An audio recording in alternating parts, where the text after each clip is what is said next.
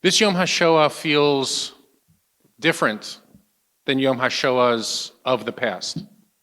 It feels like we are remembering something from more than 75 years ago, and I'm watching events unfold at Yale University this afternoon that seem in some ways horrifying and reminiscent of images that we thought were locked away long ago.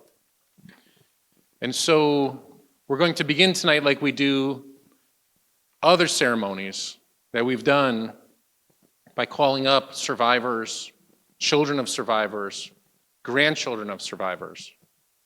I'm going to speak a little bit about what I think is the lessons of grandchildren of survivors and even great-grandchildren of survivors today.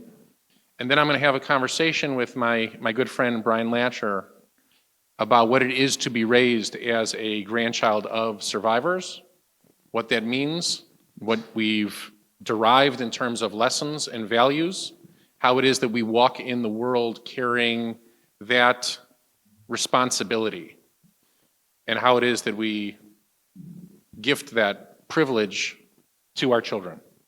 And so we're going to begin the ceremony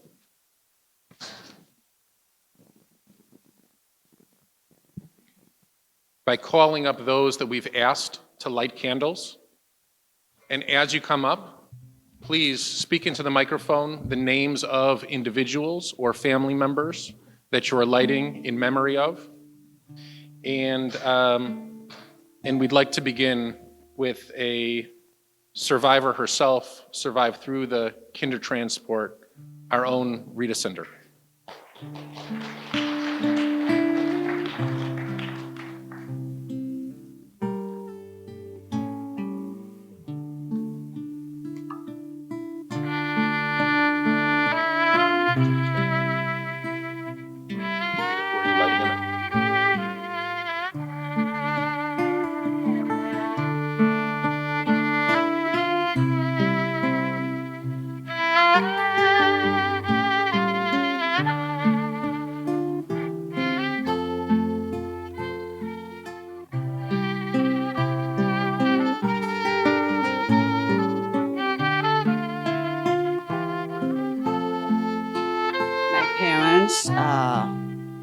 My mother, Harvey Meisler, my dad, Natalie Meisler, and 58 of my father's family who were exterminated in Poland.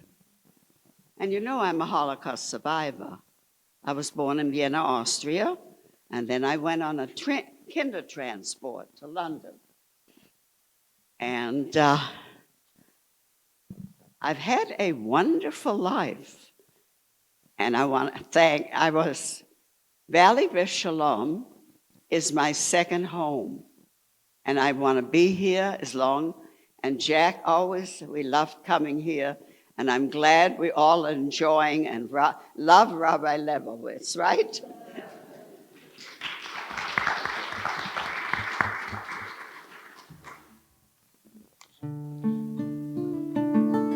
I'm going to light a candle now for Stella Doobie.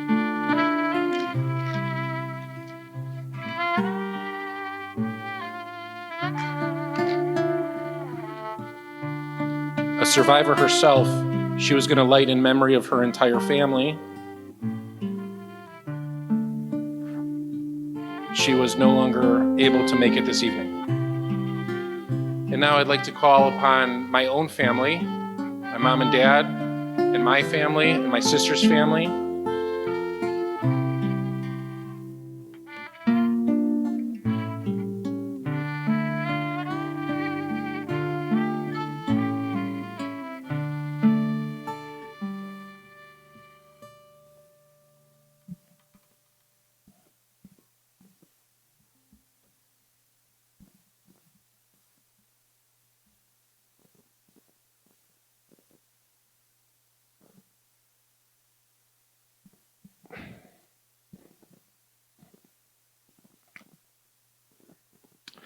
In honor of the Leibowitz family and the Markovitz family. In honor of my parents' family, my dad's family, the Zalmanovich family, Zelman here in America, but in Europe, it's Zelmanovich, and my mom's family, Schlash family, Schlash Lewin family. May their memories always be a blessing. Now we call upon Claire Marks and Don Marks.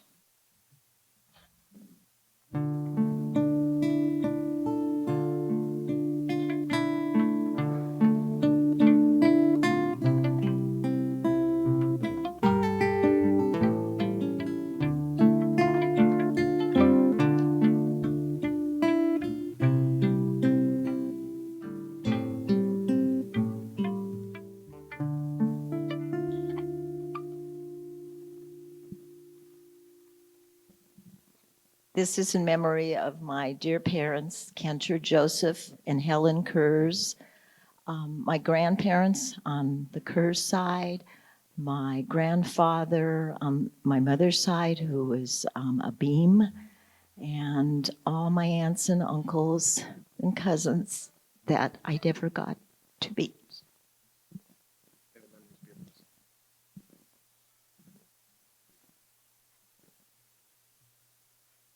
Now we call upon the Latcher and Cox family.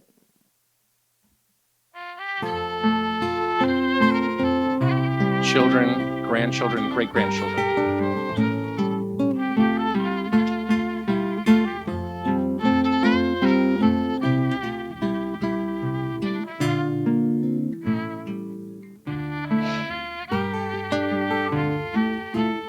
This is in honor of my mother, whom I just lost this summer at 98 years old. At 17 years old, she was liberated from Bergen-Belsen, Magda Kahan from Munkac, Czechoslovakia. And for my father, Jerry Kahan, who was from Hust, Czechoslovakia, Landsman. And I'm going to say well over 100 grandparents, great-grandparents, cousins, first cousins, aunts, uncles. Too numerous to mention, but this is in memory of all of them. May their memories be a blessing.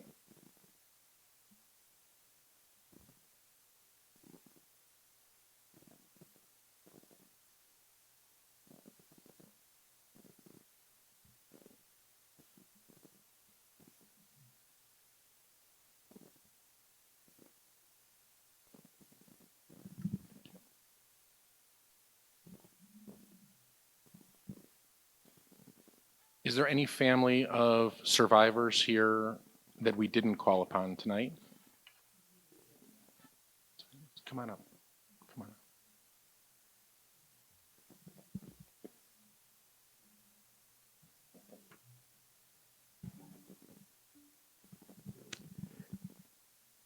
I am the son of a survivor, my mother, who was liberated at age 17 and made her way somehow to Chile.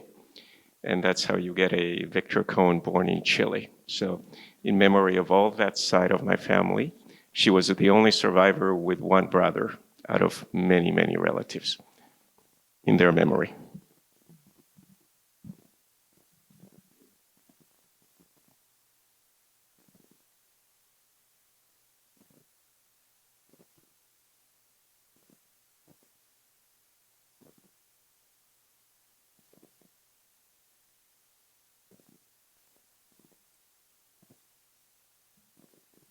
May their memories be a blessing. I'm the daughter of 2 Holocaust survivors, the daughter-in-law of 2 Holocaust survivors. My parents survived Auschwitz, Stutthof, and a death march. So in honor of the Koenigsteins, the Rosenthals, and my in-laws, the Kirschenblatts and the Cinnamons family.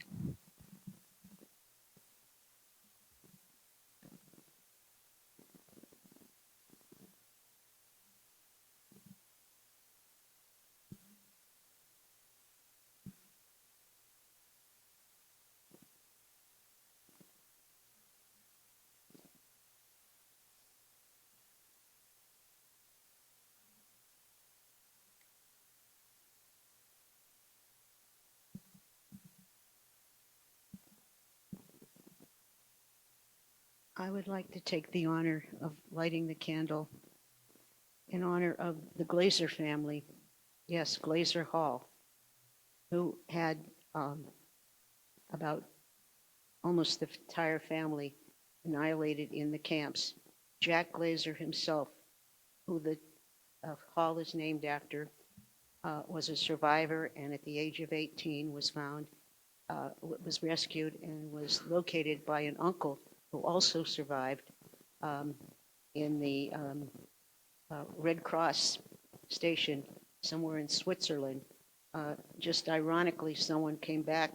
Uncle Schleimer was working in the station, and he came back to dinner to the house where they were all living, and he said, "Schleimer, they just brought in someone, the Uncle Glazer." And so Uncle Schleimer raced. That's the story we were all told. Raced over there to see, and there was Jack Glazer, 18 years old, weighed 85 pounds, a survivor of the camps. And many, many of the Glazers, of which there were several, were annihilated, many, many. But the uncles here that came here right after the First World War, because the grandfather sent 3 of them, they spent thousands and thousands of dollars rescuing and bringing all of those Glazers that they could find, including my late husband, Milton Glazer, who arrived here on a ship. They didn't even know he was still alive, because he spent the war in a Siberian prison camp. Thank you. The memories be able to. Not to mention my mother's side of it.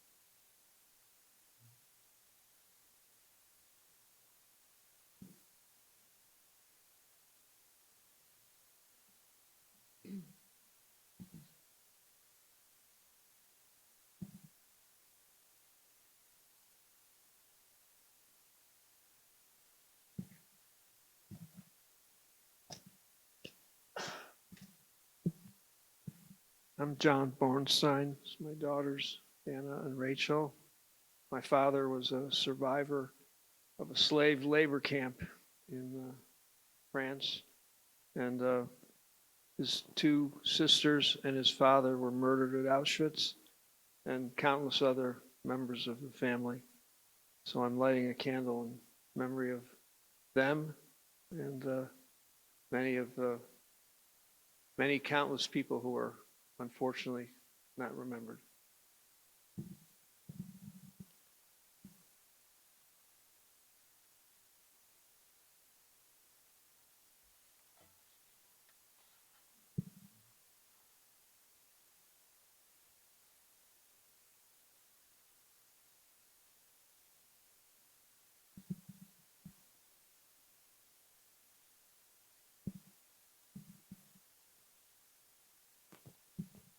My name is Susan Freedy.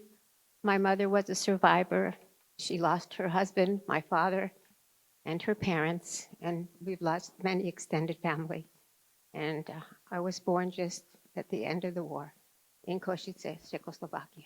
And this is one of my children, Donna.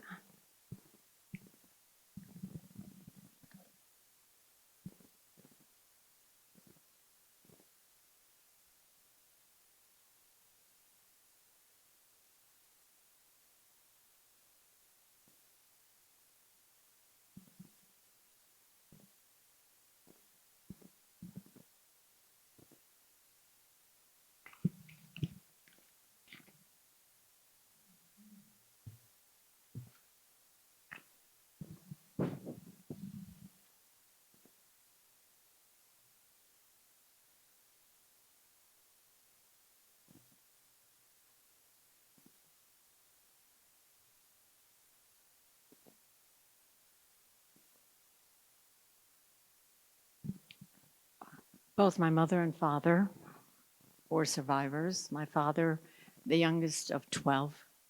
My mother, the youngest of 4. This is in honor of the Ernst, Fowler, and Bietner families.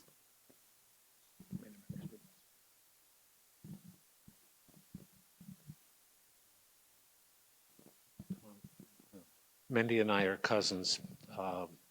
Both my parents are survivors. My father survived Majdanek. My mother out one of the satellites of Auschwitz. Mendy's, the Shillett side of the family. Well, Jack's grandmother and my father are brother and sister, and they both were survivors. My dad lost his 8-year-old son and first wife in Auschwitz. My mom survived Auschwitz, was on the death march, and she survived but lost 7 brothers, her entire family. So that's the Apfelbaum family. So on my father's side, a half-sister survived because my father took her across the border into what is today Ukraine. The rest of the family was all exterminated. And my mother's side, the Schweitzer side, just the brothers and sisters of survived. A couple. Family members.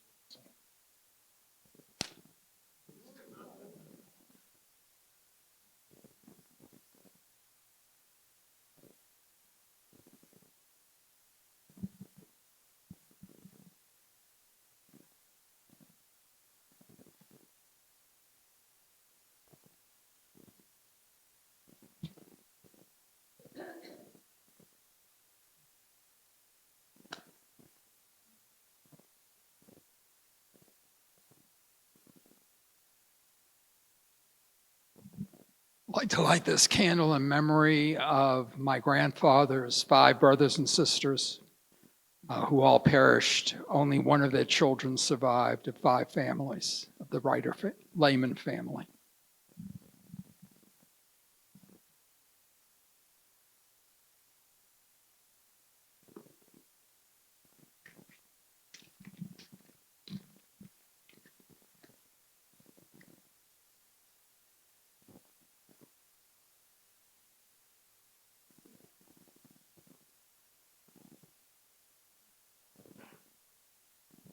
Hi, everyone. I'm Rabbi Yael Aronoff. My great-grandmother on my mother's side, so my mother's mother's mother, escaped.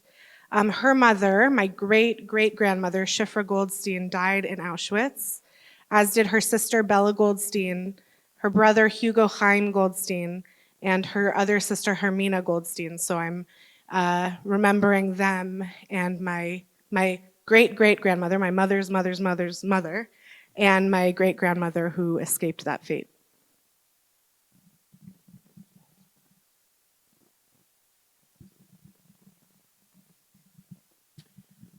My mother came to this country in 1920 at 16. She was not supposed to. Her baby sister was supposed to come with her brother, but she was younger. She was like 12, and she wouldn't leave her mother. So my mother came with her brother, who I'm named after, and 2 sisters, and they were the only ones that came to this country. My grandmother and my aunt, who was supposed to come here, were taken. It was either Bergen-Belsen or Auschwitz. They were killed. They were taken away. Her brother's family were shot down in their yard. Her whole family, everybody in Czechoslovakia, what became Czechoslovakia, I think it was Humana at that time, were murdered. And so I was a baby when I think my mother found out all the information. And I don't know how she lived through it, knowing that she was the person who would have been taken to Auschwitz or with her mother. But we grew up with some of these feelings. Why my sister and I didn't ask my parents, especially my mother and my aunts, more questions, I don't know. But if you can ask your parents any questions, I think it was a different time and a different world than they didn't talk about anything with the Holocaust. Thank you.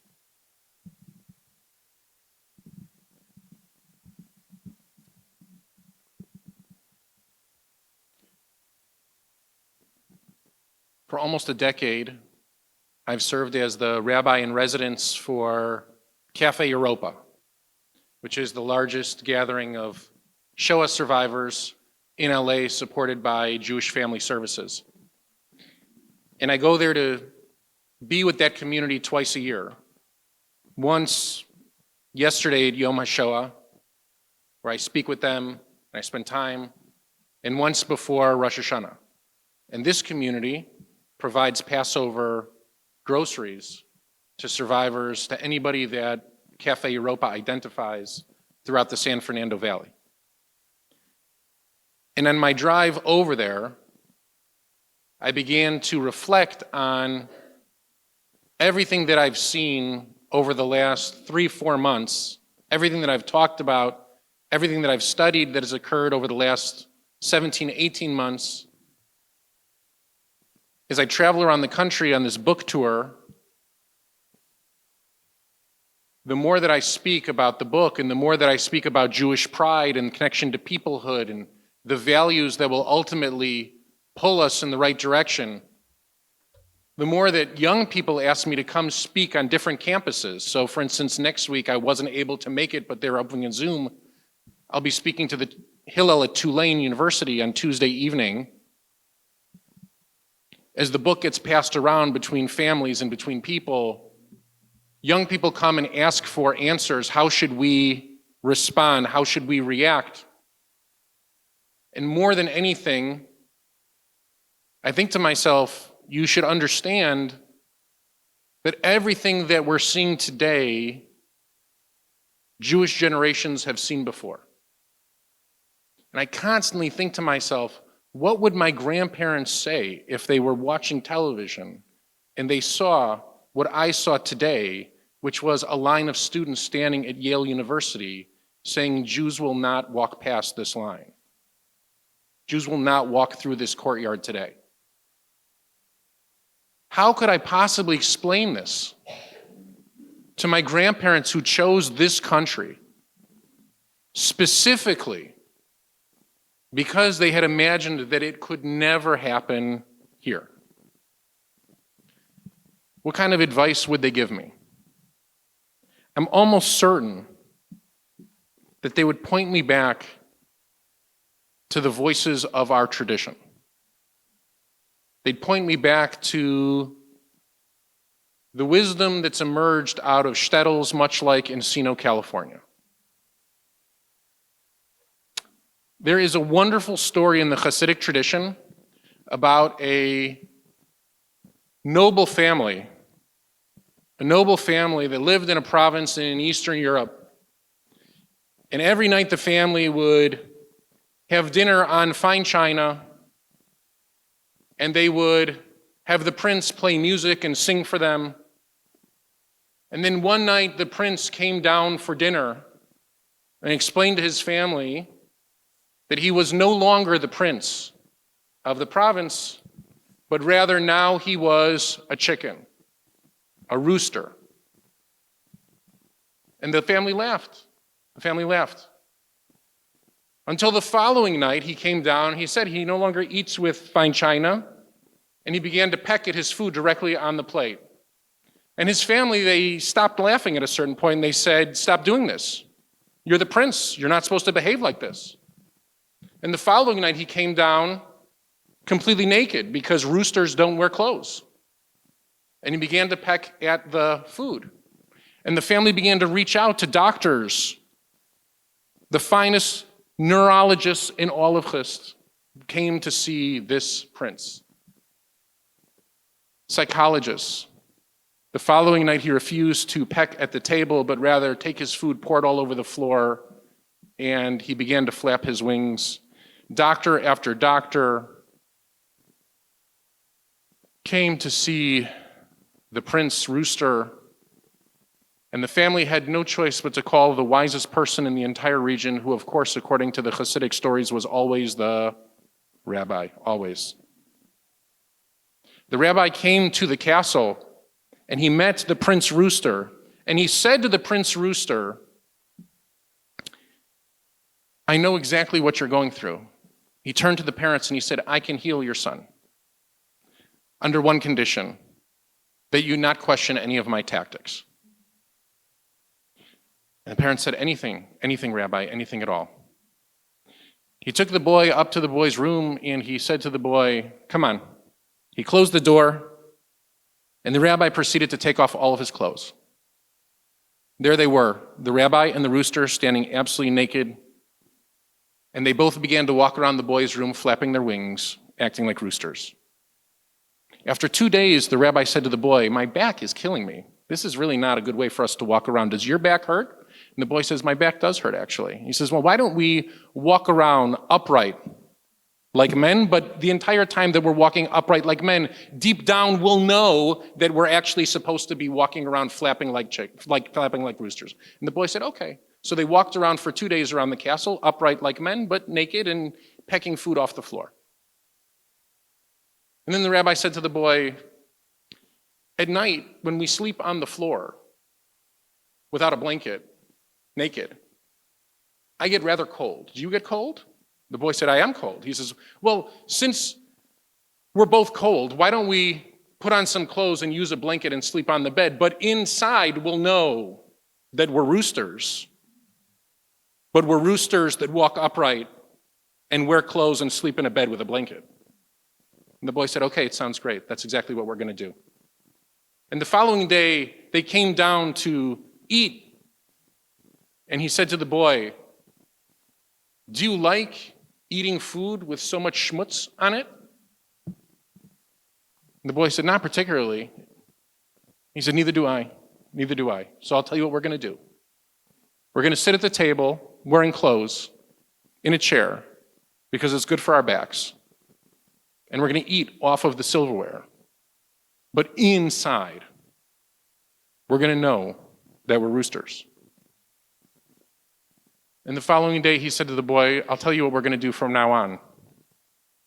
I'm going to walk out to the castle, and I'm going to act like everybody else.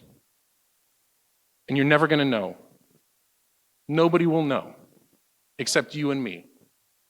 When we pass each other on the street, we'll know that deep down there's a mark inside of us that we are roosters. And the reason why I know that you and I will always share this bond is because I carry the mark of generations of a tribe of people that has walked around bearing the responsibility of being different, of knowing deep down that we're different, of trying our best to put on clothes and walk upright and be with everyone. And sometimes it works and sometimes it's not allowed. But in the best of times and the worst of times, we always know when we pass each other on the street, no matter where we are, Jews look at each other and know we carry the mark of the rooster. And now, he said to the prince, you'll also know when you see me on the street that we share this identity that's deep inside of us. There is so much strength and courage and pride and agency and creativity and identity wrapped up in being Jewish in a way that somebody who's filled with hate and wears a mask and stands on a campus and says you're not allowed to walk in this direction can't even begin to scratch the surface of understanding. And the only people in the entire world who understand what it means to be my kind of rooster were sitting there in that room in Cafe Europa. And when I walk into that room in Cafe Europa, they don't ever have to explain to me who they are, their accents, the foods that they like, the songs that they like. Because it's all wrapped up in who we are. It's all part of the marking of what's going on inside of our soul, deep inside. The generation after survival decided that the good idea, the right thing to do about the survival was to bottle it all up so that we don't forget and put it behind glass in museums so that we could learn the story. There's an amazing sign sometimes where you're walking through a building and it says, in case of an emergency, break glass, because there's an extinguisher The moment is calling for us now to break the glass of the exhibits. What used to be locked away for us to learn from, we learned as a history book, but we forgot because of the separation of the glass that what's inside the exhibit is actually already inside of me. It's part of the marking of who I am. It's in my DNA. For I'm the person in the black and white photo, and the person in the black and white photo is me. And if I ever thought that I was somehow different than the man in the black and white photo because my beard doesn't look the same, or because my clothes are different, or I speak a different language, or I walk a different way in the world, then I lost the fundamental truth that he and I both carry the marking, the proudest marking of the Jew.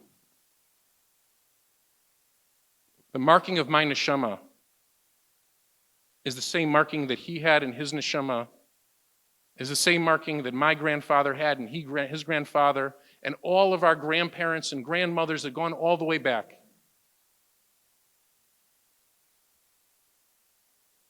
We began to believe the fallacy that we were different, instead of understanding and learning the lesson from them of how it is that we're supposed to live as proud, strong Jews, how we're supposed to live as skeptical people and still believe in a humanity of loving kindness, how we're supposed to be witness to acts of evil and get up the next morning and greet our neighbors with a trust in society, how it is that we're supposed to walk out of a death march and profoundly believe in starting a new family in a new place with new beginnings and believe that it will work. The strength of the family members that we talked about, that strength is exactly what we need at this moment. That strength to begin again, that strength to face the world, that strength to know that not everybody's going to be nice to us anymore, and yet that can't change the way that we walk in the world. That strength to understand that nobody's coming to save us anymore, and yet we know we have each other. There are friends out there for us. We have to be stronger now and more committed to go make friends than ever before. The idea, the notion that we're looking for an answer out in the world, when my parents' generation spent all their time and energy and resources bottling up all of those stories into museums that we were walked through by teachers, and we thought we learned a story about people who lived long ago, when in fact it's those of us in the room right here who grew up being held by those stories, being kissed by those stories, being smothered by those stories. Know that those aren't stories. We're the legacy of those people. We are those people. We are those people. And no amount of standing upright and no fancy silverware and no blanket will ever fool us again. The mark is something that some of us have felt our entire lives. Some of us are just beginning to feel for the first time. But the mark exists in every single one of us. That's the beauty of what happened at Sinai. The beauty of what happened walking in circles in the desert for 40 years. The beauty of our Exodus that we commemorated 11 days ago, and the Exodus that we remember tonight. Tonight is not only about remembering those who were murdered at the hands of the Nazis and all of their collaborators. Tonight is about appreciating the strength, the conviction, the love, and the trust of so many who survived, who decided to begin again when everything in their life taught them that it would be for nothing. And they began again, and they created families and businesses and learned new languages. And they built institutions like the one that we're standing in. And they decided that Jewish life would flourish once more. Not exactly the same, but flourish again, indeed it did. And they did it for themselves, and they did it for their children, and they did it for their grandchildren. But in truth, they did it for humanity. Their lesson and our lesson is that as much as the world tries, the world can never remove the mark of the prince, because the marking lives deep inside. The marking is something that we're not willing to live without. Eli, Eli by Cantor Raffi.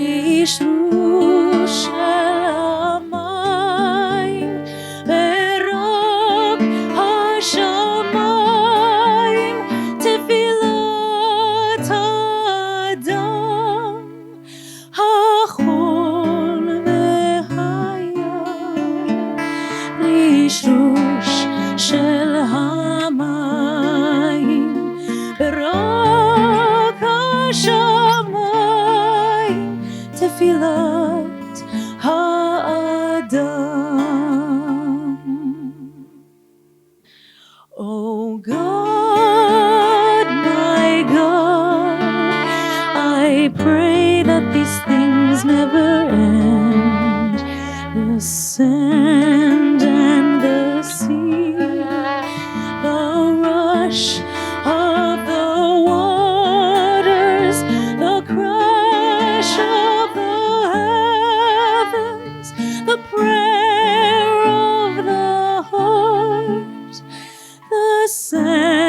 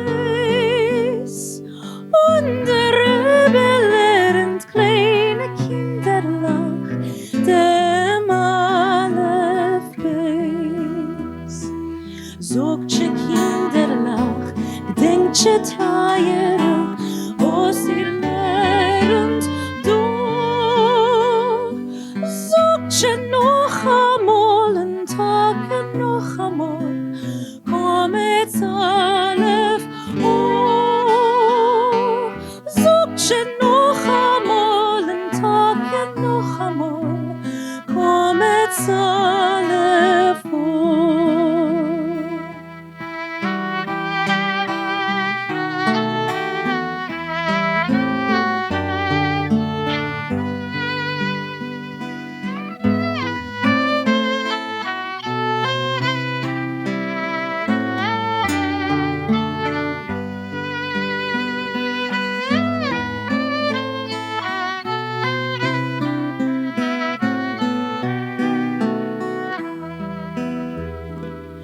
Zogt je kinderlach, gedenkt je tijeren, als ihr lernt du.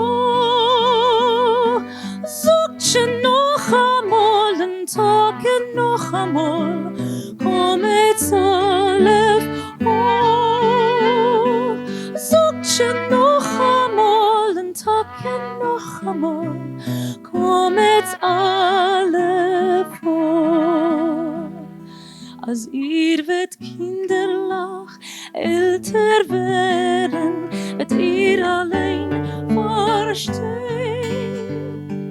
wie viel in die Äußers liegen Tränen und wie viel Gewinn. Wie viel in die Äußers liegen Tränen und wie viel Gewinn.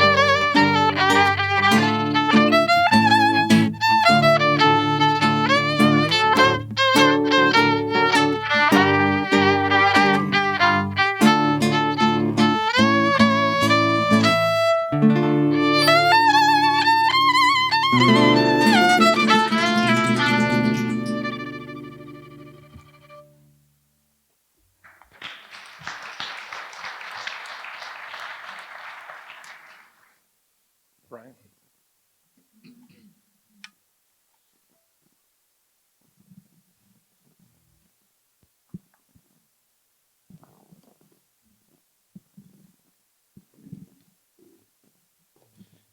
So for those of us who know Brian to be familiar, it means you went to High Holidays this year, and you heard him talk about his experience here at VBS. And he did such a great job that I've decided to ask Brian to speak with me about everything that all during the year.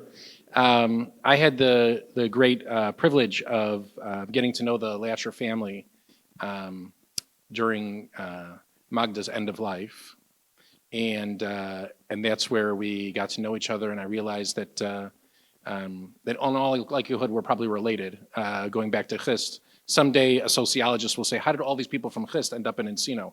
But we'll not tell them the secret.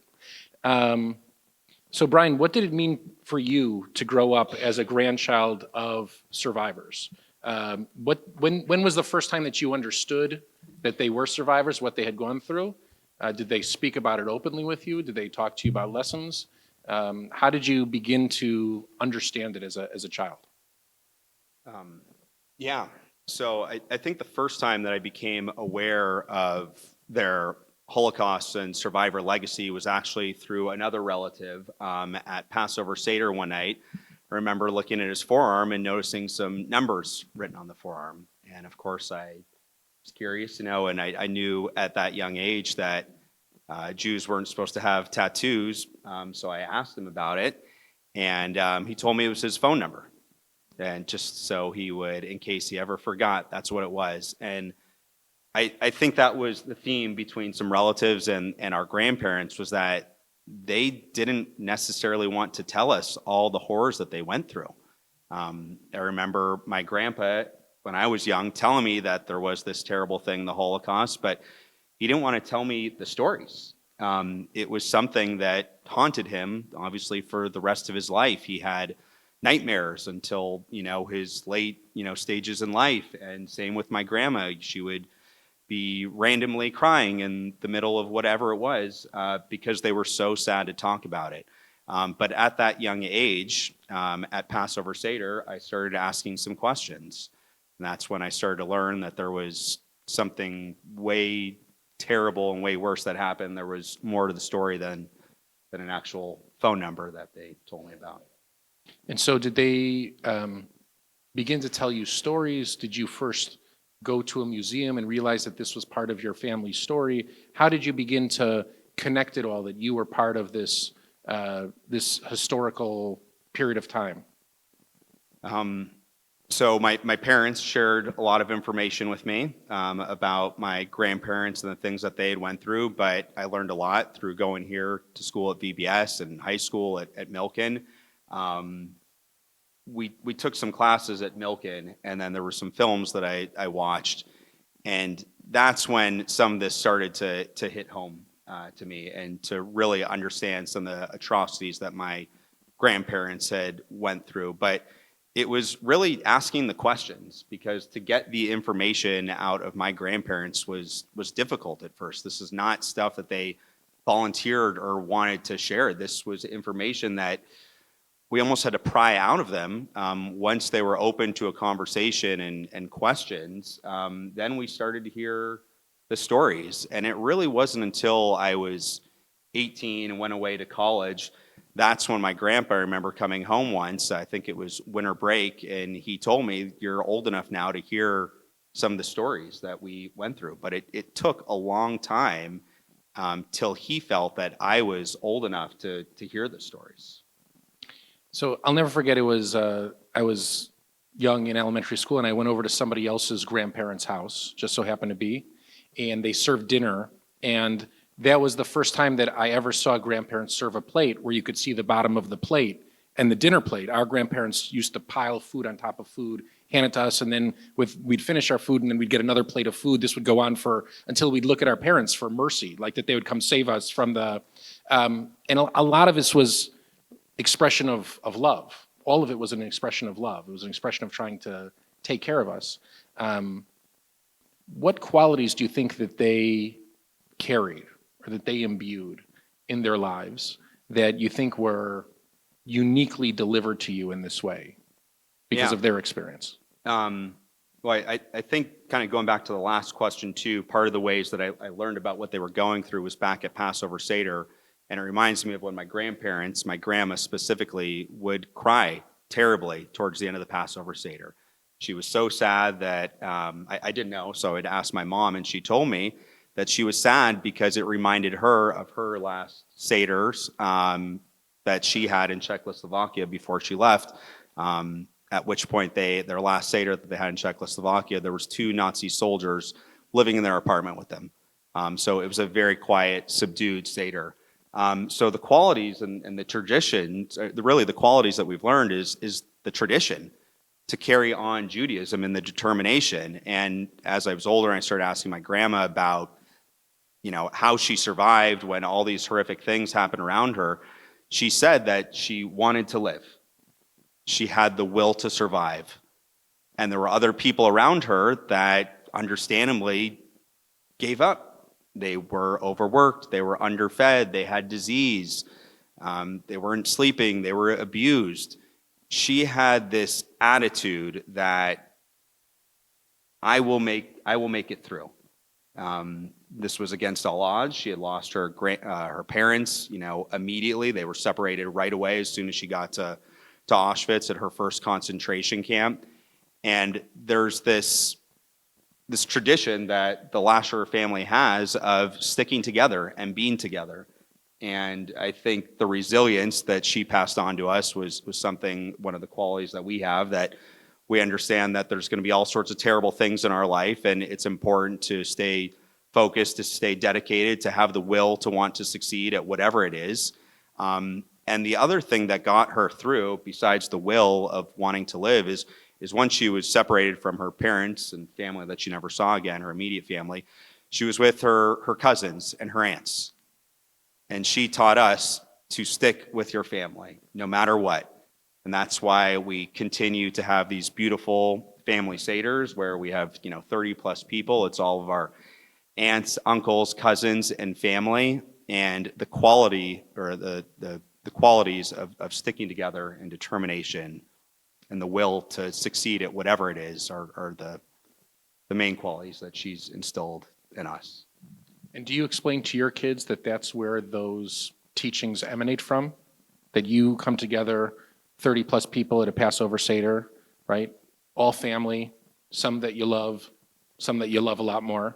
And you do it each and every year because family sticks together, and that's what they handed down as the lesson? Yeah.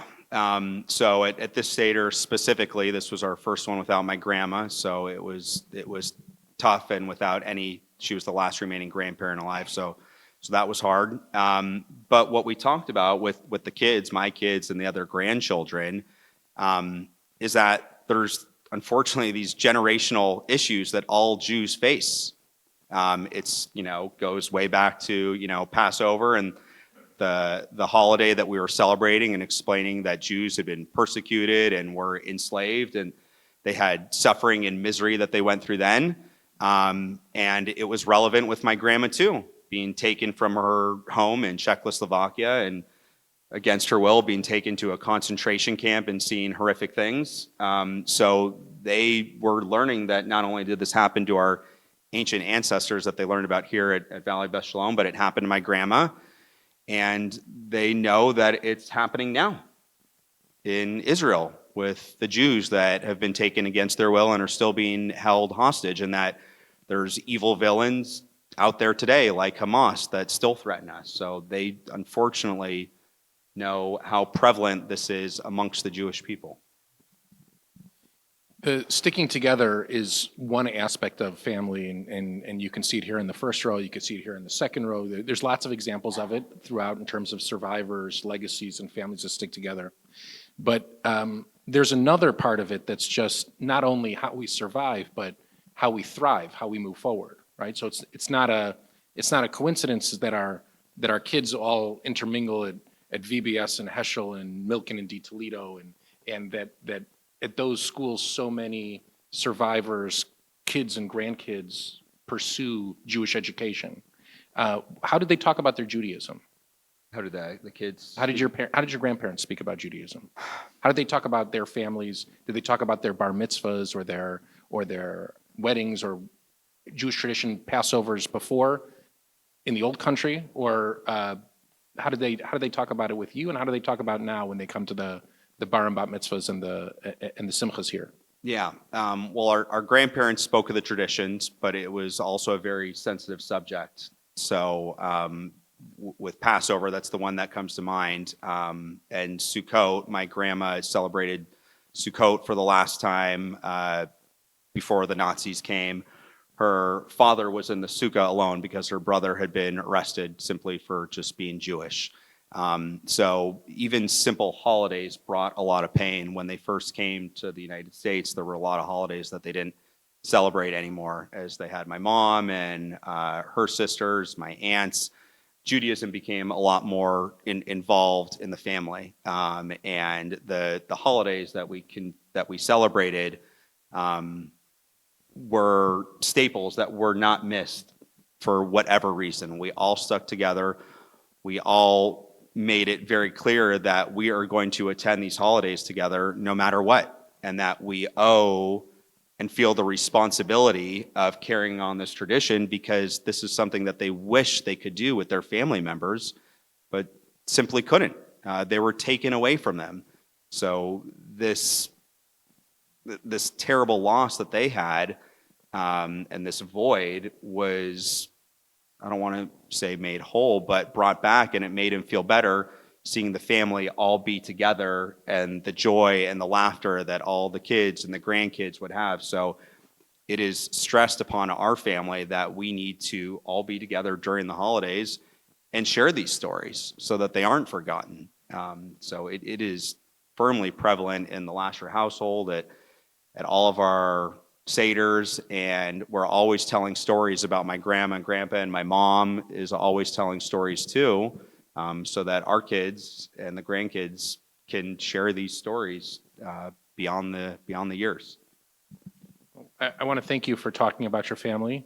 I think that the program tonight has tried to encourage all of us to speak more openly about our families, whether they be just the names of our loved ones or whether it be the experiences that our families have gone through.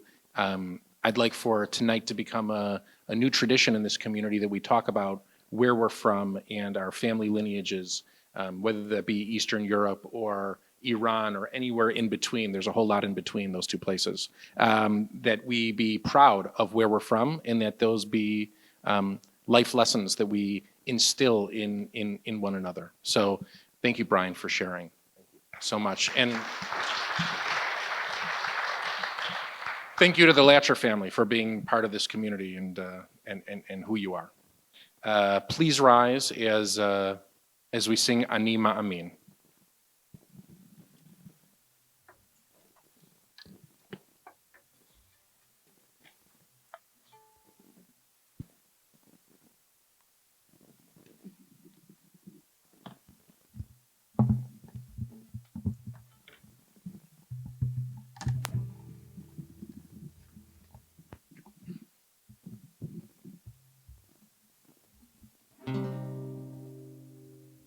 Ani ma'amin, ani ma'amin, ani ma'amin,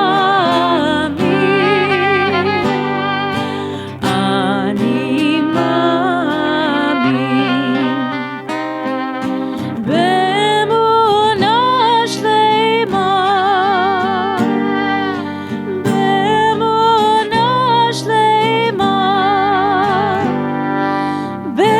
בביאת המשיח, בביאת המשיח, אני מאמין. בביאת המשיח, בביאת המשיח, אני מאמין. אני מאמין, אני מאמין, אני מאמין, אני מאמין, באמונה שלמה, באמונה שלמה, אף על פי שיתממע, עם כל זה אני מאמין, ואף על פי שיתממע, עם כל זה אני מאמין. אני מאמין, אני מאמין, אני מאמין, אני מאמין.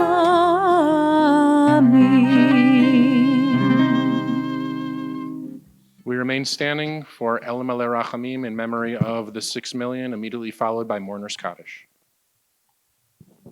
El Maleh Rachamim שוכן במרומים, המציא מנוחה נכונה תחת כנפי השכינה, במעלות קדושים וטהורים, כזוהר הרקיע מזהירים, לנשמות כל אחינו בני ישראל, שנטבחו בשואה, אנשים, נשים וטף, שנחנקו ושנשרפו ושנהרגו, שמסרו את נפשם על קידוש השם. בגן עדן תהי מנוחתם, אנא בעל הרחמים, הסתירם בסתר כנפיך לעולמים, וטרור בטרור החיים את נשמותיהם. אדוני הוא נחלתם, וינוחו בשלום על משכבותיהם, ונאמר אמן. Please join me in Kadisha Tom Mourner's Kaddish. Yitkadal v'yitkadash shemei Rabbah, be'alma divra chirutei ve'yamlich malchutei. בחייכון וביומכון ובחיי דכל בית ישראל, בעגלה ובזמן קריב ואמרו אמן. יהי שמי רבה מבורך לעולם ולעולמי עולמיה. יתברך וישתבח ויתפאר ויתרומם ויתנשא, ויתהדר ויתעלה ויתהלל שמי דקודשה בריחו. לעילה מן כל ברכתה ושירתה, תושבחתה ונחמתה, דאמירן בעלמה ואמרו אמן. יהי שלמה רבה מן שמיה, וחיים עלינו ועל כל ישראל, ואמרו אמן. עושה שלום במרומיו, הוא יעשה שלום עלינו ועל כל ישראל, ואמרו amen. The Exodus story that we learned about 11 days ago ends in the counting of the Omer at the 50th evening of Shavuot, Zman Matan Toratenu, that we receive the Torah and experience revelation at Sinai. This story, tonight, it concludes a week from now, 8 days from now, in the celebration of Yom HaZikaron and then Yom HaAtzmaut. And so I look forward to celebrating with all of you next week on Wednesday evening, our Yom HaAtzmaut celebration. The theme will be is that we are not alone. We're not alone. And we're going to welcome friends from different communities from Los Angeles and around the country to join us. And I hope that you join the meaningful Yom HaZikaron ceremony that will immediately lead into a Yom HaAtzmaut celebration as we welcome Pastor Dumasani Washington from the Israel Black Solidarity Institute, and we welcome Pastor Drew Sams from Bel Air Church, just up the hill. They'll both be speaking that evening. And so we conclude this ceremony by looking ahead 8 days toward the end with a great deal of hope. We sing Hatikva, immediately followed by Oseh Shalom. כל עוד בלבב פנימה, נפש יהודי הומייה, ונפתה מזרח קדימה, עין לציון צופיה. Oh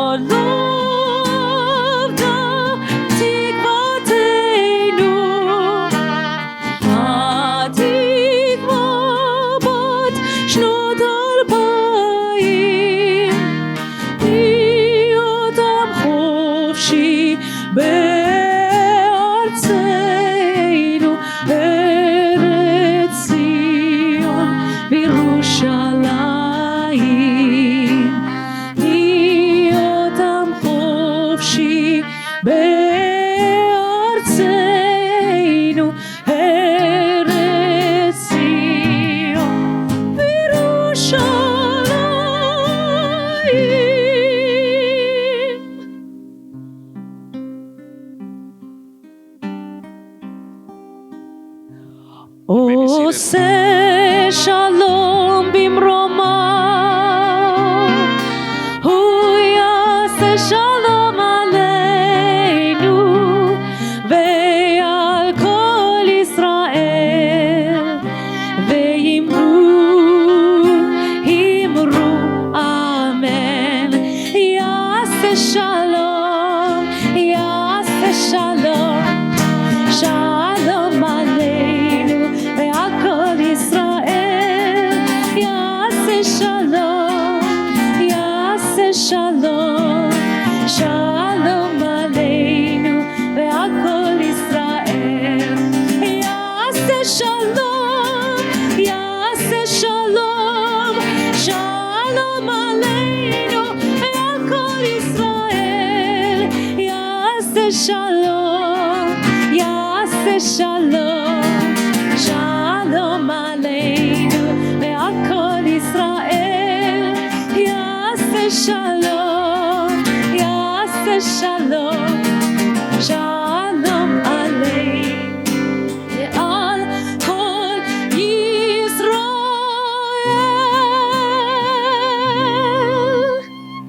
That concludes our Yom HaShoah ceremony this evening. We look forward to seeing everyone next week, Wednesday evening at Yom HaZikaron, Yom HaAtzmaut.